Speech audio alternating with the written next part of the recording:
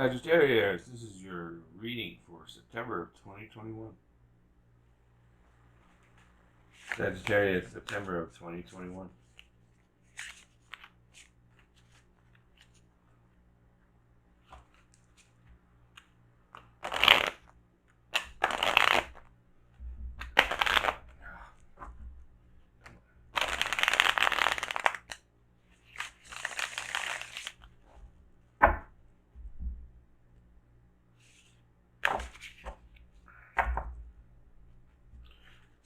For spiritual aspect of yourself, you have Three of Pentacles. Intellectual, you have Ten of Pentacles in reverse. Physical, Queen of Cups. Social, the Hierophant in reverse. Emotional, Seven of Cups in reverse. Foxfire community message for Sagittarius, September 2021.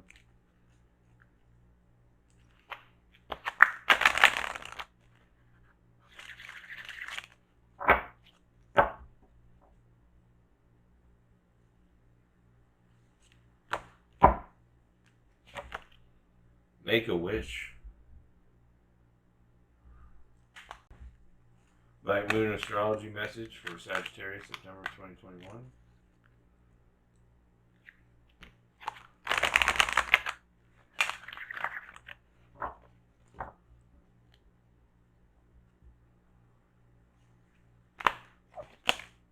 Seventh house partners.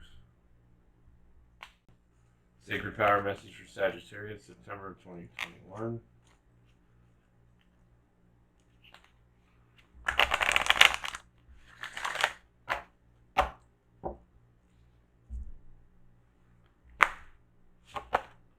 Tree of life.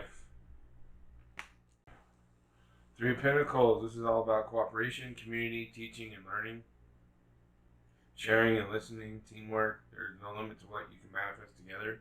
This is a spiritual aspect of yourself, so you're definitely in tune with our synchronicities, the universe, the cosmos, everything being connected in some way, and understanding we all play a part in the great,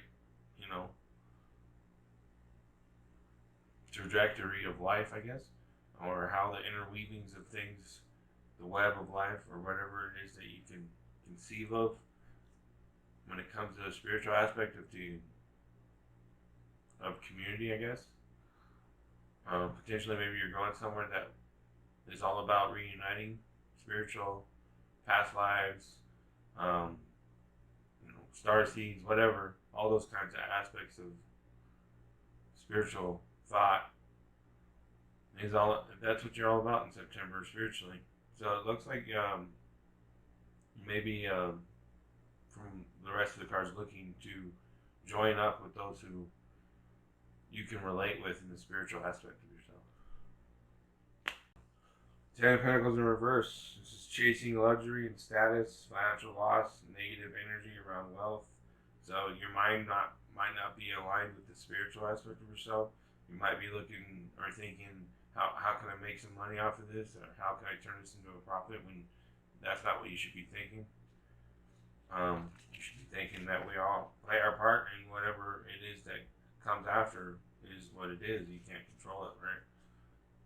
It's just be happy for what gratitude.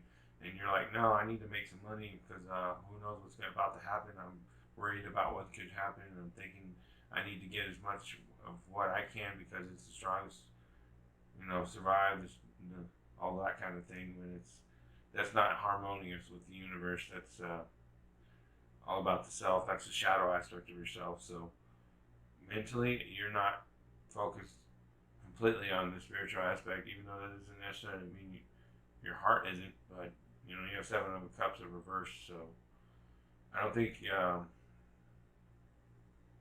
your heart is in the right, or your mind is in the right place. Your mind, it may be hard for you to not think that way, maybe, but it's okay.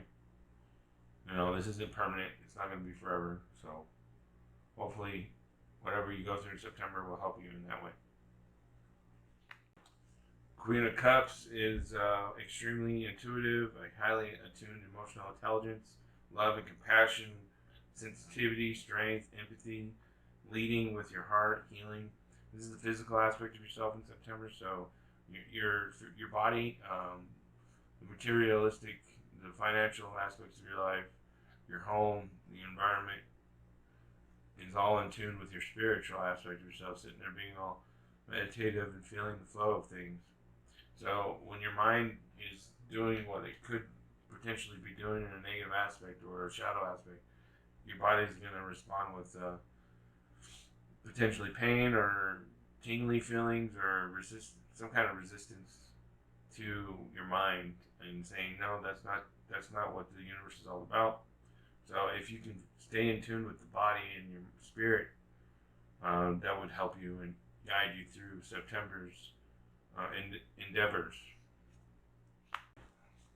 The Hierophant in reverse is outdated systems or ways of thinking, dogma, rebelling against societal norms, abuse of power, stagnation, ego-based leadership, a need to connect with spirit. And yeah, I need to connect with spirit. And seeing the teamwork that we all play and making the sacrifices for the future that you'll reap the rewards as well as everyone else.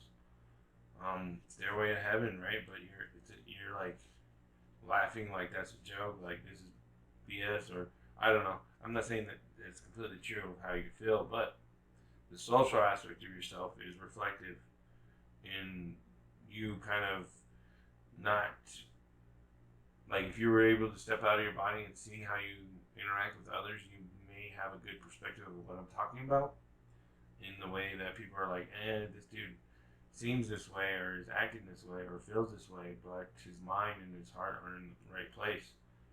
And you're kind of like, how would you know? Or what is that about? Or whatever, I don't get it. Or, you're socially not in tune with the spiritual aspect of life. Seven of Cups is feeling blocked by indecision, fear of making the wrong choice, overwhelmed. And that's probably part of why your mind is thinking the way it is I got to focus on, making sure I'm okay. And your heart is like, oh, what if I make the wrong choice? What if I'm wrong? Or what if, but you may not want to listen to your heart, or your heart may not want to be in tune with your mind, and it wants to be in tune with the body and the spirit. So you're at a cross points in your life of, do I go with my mind or my heart? And your mind say, oh, my heart would be fine if my mind is getting what it needs. That's not true at all.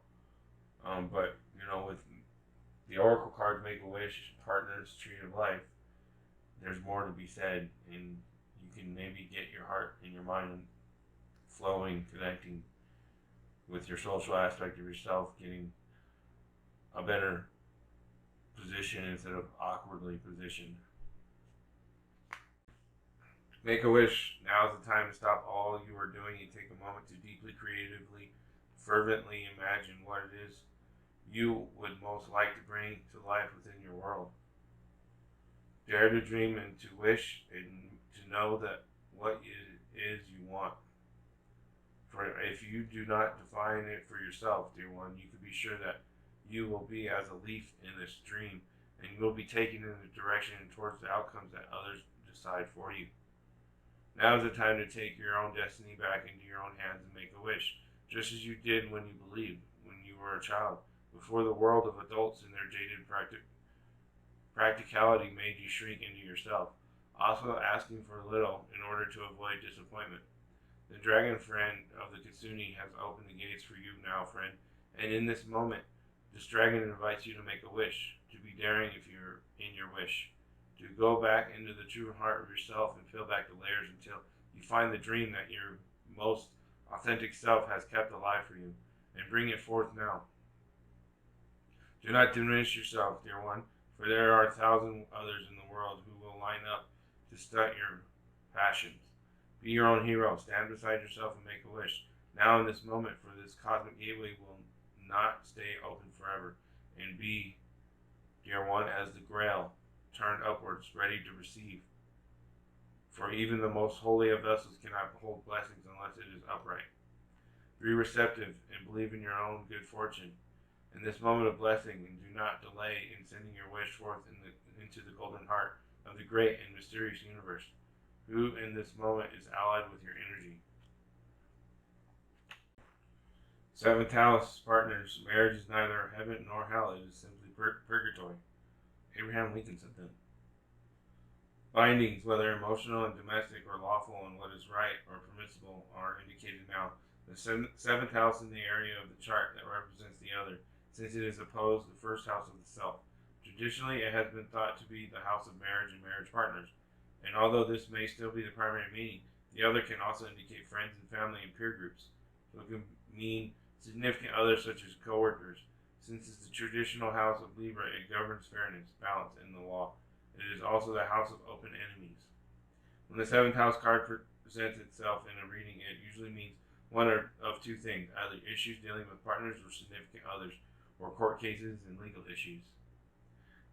The card itself is neutral, much like the actual seventh house, which strives for balance. So the surrounding cards will indicate the basic meaning, whether positive or negative, or something in between. The Pisces or Neptune cards nearby would imply that a relationship could be slowly dissolving or fading, much like a shoreline with the sea erasing names written in the sand. Misinformation or lying could be a part of it. If the card is referring to a court case or legal issue, it's not a good time for that. The end result may not be what is hoped for, or is one that might drag on, again ending over time in a dissolving way with no real closure. The Scorpio or Pluto cards close by to the seventh house card would indicate power struggles, and even ruthlessness would figure in. There could be issues of domination and control within these two cards. This could apply to partnerships and legal rulings. The Venus or Libra cards nearby would sweeten this up a great deal, so would be the most positive to have with this card.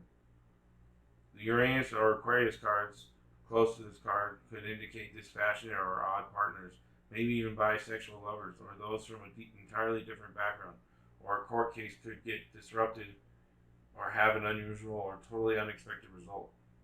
The Taurus or Cancer cards surrounding this card would indicate a full heart blessing in your romantic or domestic partnerships. It could also denote coming out well in a financial or at least a material way in a court case. On a mundane level, the seventh house card can mean an engagement, a marriage, or a relationship moving into the next level, as in a partnership becoming more settled and gaining maturity. It can also imply getting ready for a more serious relationship. In the case of dysfunctional or unhealthy relationships, you can look to surrounding cards to see how they will fare in the near future. So, I see Pisces down here, some water over here, Pentacles, Earth signs. So, Taurus, Cancer, Virgo, Scorpio, Capricorn. So there you go. It's I think this is definitely related to the Hierophant and the social aspect of yourself. Tree of Life. Create strong foundations to support future goals and aspirations. The breath of life is all around us, self-sustaining. The universal tree of life provides a gateway to connect us to the knowledge of self. We are deeply connected to the universe and the world around you. When you respond to the actions and reactions of the earth, its people, you ultimately decide how you will grow and thrive. The tree of life requires you to look at your breath and to ground yourself in the present moment. Nature does not concern itself with the future. Plants know exactly what they need to do in any given moment. Living in the present will provide you with more time. Your presence is all that is required right now. You are strong and resilient. Hold your space. Where are your roots? Plant and keep your feet firmly on the ground now. Any sudden change may cause instability in your personal life. Dig your roots deep into the earth to create firm foundation that you can build up from. Are you relying too much on the support of others to help you grow? You have the answers within you to determine your direction of growth, but you must be willing to face your inner self and core beliefs. With solid nurturing in time, you will begin to see results. Family matters are of concern now. Be open to solutions to achieve the outcome you desire. Be careful with decision making. Compromising too much over an issue will leave you feeling powerless. Like a branch on a tree, growth will occur in an area that supports the core structure, or it will break and drop in order to maintain the overall strength of the tree itself. You may need to drop a branch or two to solidify your point of view or to reach a resolution. Patience is key. An affirmation to say to yourself is, I am unified through presence and action. My strength is supported with loving roots. And that was your reading, Sagittarius, for September of 2021. Thanks for watching. I'll see you next month.